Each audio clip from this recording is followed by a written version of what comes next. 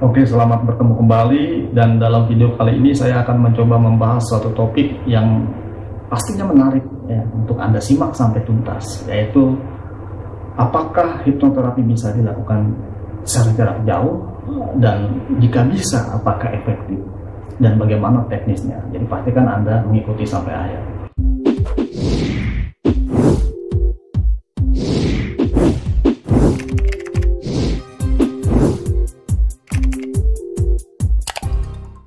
Jika Anda yang melihat video ini adalah yang mungkin saat ini membutuhkan layanan hipnoterapis, bisa jadi Anda mengalami gangguan emosi, nggak bisa tidur, fobia, dan lain sebagainya, dan saat ini Anda tidak bisa mendatangi terapis karena sedang adanya PSBB atau social distancing, maka bisa jadi informasi yang akan saya berikan sampai dengan akhir video ini juga akan cukup bisa membantu Anda membuat suatu keputusan yang tepat.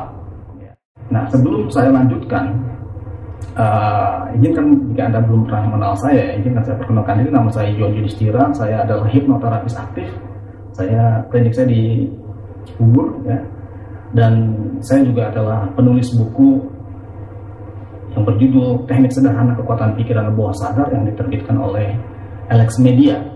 Dan saya juga adalah pendiri Chandra di Muka Cibubur, ya, sebuah training center yang dikenal banyak mengadakan suatu training pelatihan pemberdayaan diri. Oke, nah sebelum saya membahas masuk ke topik intinya, mungkin saya sedikit cerita dulu. Jadi sebelum masa COVID-19 ini, ya, saya dari sejak praktek sejak tahun 2012 itu sangat hati-hati dan bahkan bisa dikatakan sangat selektif ya dalam memberikan suatu layanan terapi jarak jauh. Jadi kalau saya cerita sedikit, mungkin beberapa kasus yang saya tangani, misalkan pada saat itu ada urgensi seorang ibu ya datang ke saya minta tolong karena tiba-tiba anaknya yang baru pertama kali datang ke luar negeri ya, maksudnya untuk belajar, dan ini adalah pertama kalinya, tiba-tiba dia mengalami suatu namanya disebut dengan panic attack ya, karena ada tiba-tiba shock culture ya yang berbeda ya, waktu itu kalau nggak salah di Perancis gitu ya, dan minta pulang gitu karena dia nggak nyaman, ada kecemasan yang berlebihan ketika dia pergi ke tempat makan atau ke kampus, padahal teman-temannya juga sebenarnya cukup baik gitu. Nah, akhirnya dengan terpaksa tanda kutip ya, akhirnya kami melakukan suatu terapi ya dengan suatu teknik yang disebut dengan teknik remote virtual introjective therapy ya. Nah, jadi si anak ini diterapi lewat medium ibunya ya. Atau pernah ada kasus juga misalkan seorang ayah yang tidak pernah ada kabarnya berbulan-bulan, tidak pernah pulang dan sebagainya. Anaknya ini datang ke saya minta tolong bagaimana caranya. Saya bilang hipnoterapi secara umum itu tidak bisa dilakukan. Nah, tetapi kemudian saat itu saya tawarkan dengan teknik AirFit ini, dan alhamdulillah tanpa kabar beberapa bulan ya, tiba-tiba setelah proses terapi dalam 2 hari tiba-tiba ayahnya pulang gitu. Nah, jadi teknik AirFit ini berbasis energi teman-teman semua. Jadi landasan teorinya adalah teori quantum entanglement. Jadi kami melakukan surrogate ya, proses terapi terhadap subjek yang jaraknya jauh atau bahkan tidak kita ketahui tempatnya, melewati suatu medium ya, orang yang memang sudah dipastikan memiliki keterhubungan energi kepada yang bersangkutan. Misalnya dalam hal ini adalah anaknya ya, sudah pasti terhubung kepada bapaknya, atau ibunya kita proses yang sudah pasti terhubung kepada anaknya yang ada di Perancis tadi. Nah, itulah sekelumit kisah ya, dan tentu saja ada beberapa kisah menarik lainnya. Dan ketika awal-awal saya melakukan praktek teknik ini, bagi saya sendiri pada saat itu cukup kaget gitu dengan hasilnya yang sifatnya instan gitu. Jadi bisa dikatakan prosesnya dalam 1-2 hari terjadi perubahan pada subjek yang tidak pernah saya temui sebelumnya. Itu bagi saya suatu hal yang menurut saya cukup ajaib gitu ya.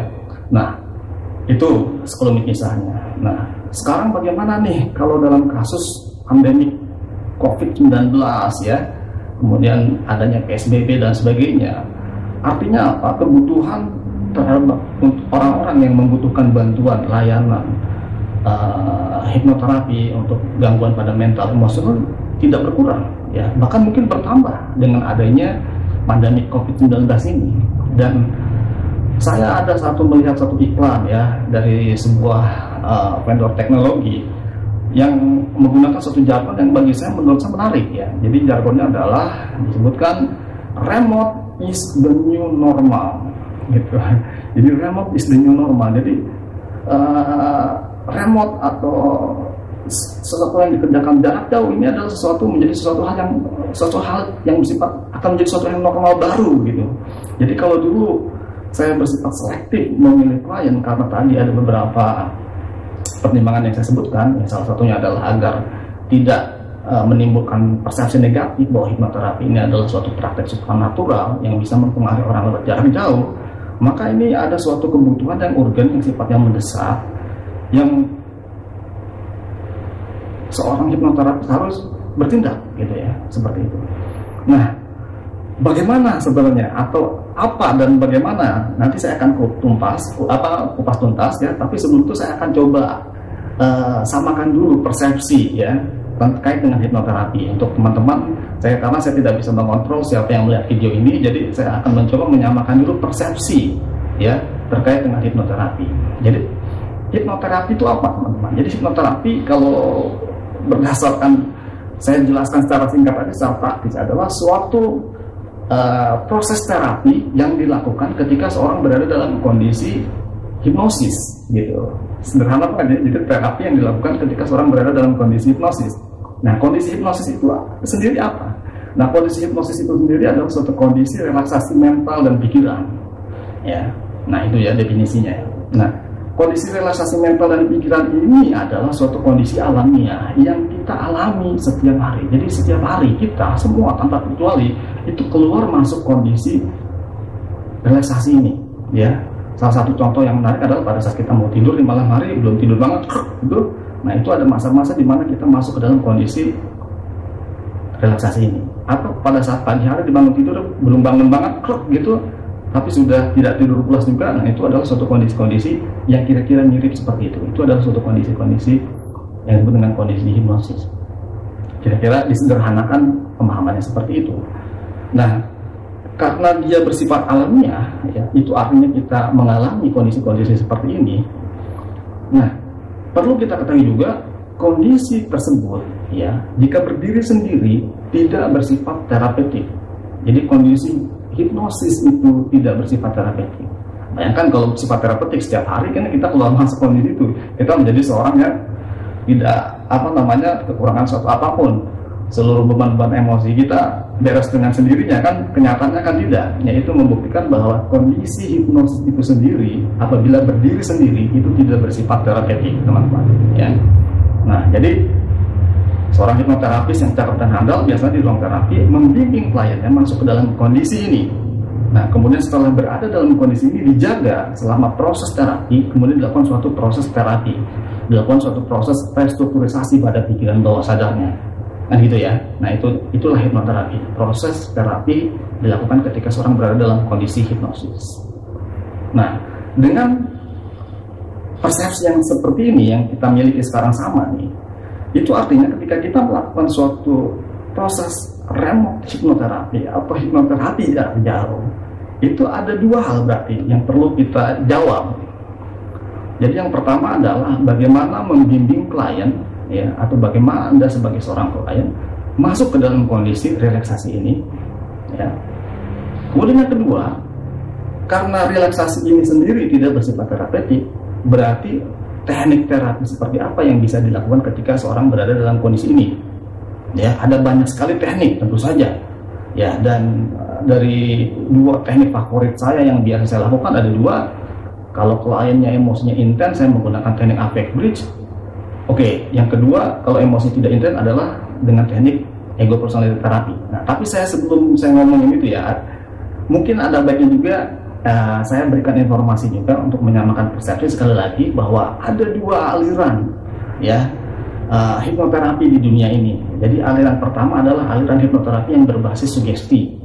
Kemudian yang kedua adalah aliran hipnoterapi berbasis hipnoanalisis. Dan kebetulan saya adalah penganut aliran hipnoanalisis gitu ya. Nah, tetapi keduanya juga berfungsi, berjalan, ada syarat dan ketentuan yang berlaku gitu, kira-kira. Oke, balik lagi. Jadi bahkan saya cerita dari pengalaman saya ketika saya menggunakan teknik yang tanda kutip emosinya tidak intens, saya beberapa kali menemukan ya klien mengalami abreaksi ya yang sangat intens ya, ketika klien berada pada posisi terjadinya kejadian itu. Nah, inilah masalahnya. Nah, jadi kalau kita balik lagi ngomongin masalah hipnoterapi jarak jauh remote, ketika terjadi abreaksi yang intens, ya, maka hipnoterapis tidak memiliki kemampuan untuk mengendalikan klien pada proses abreaksinya ini. Jadi abreaksi yang intens itu bisa teriak-teriak, tidak terkendali, bisa menendang, memukul dan sebagainya. Yang menurut orang awam itu akan sangat mengerikan gitu. Tapi kalau dalam seorang hipnoterapis yang cakap, dia bisa menyentuh dan melakukan suatu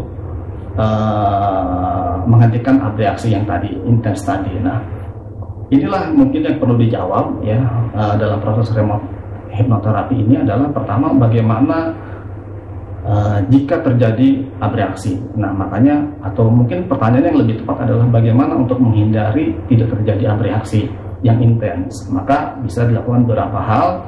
Pertama mungkin bisa secara selektif ya, bahwa klien yang ditangani secara jarak jauh ini adalah klien yang mengisi intercom dengan emosi yang tidak terlalu intens di bawah 5 misalnya. Nah, tetapi seandainya tetap terjadi abreaksi, maka sebenarnya seorang hipnoterapi bisa memberikan suatu anchor atau suatu jangkar sebelum proses terapi dilakukan, sehingga apabila terjadi satu hal, maka jangkar atau anchor itu bisa diaktifkan untuk menghentikan abreaksinya gitu. Nah, jadi itulah sebenarnya jadi menjawab pertanyaan hipnoterapi bisa dilakukan atau tidak. Nah, tentu saja menurut saya ya, karena tadi saya sudah menjelaskan ada dua aliran hipnoterapi yang berbasis analisis dan berbasis sugesti, maka besar kemungkinan yang bisa dilakukan untuk proses hipnoterapi jarak jauh adalah proses hipnoterapi yang berbasis sugesti ya, karena proses hipnoterapi yang berbasis hipnoanalisis tadi ada kecenderungan terjadi suatu abreaksi yang intens ya, dan bahkan dalam suatu protokol yang khusus bahkan kita membutuhkan suatu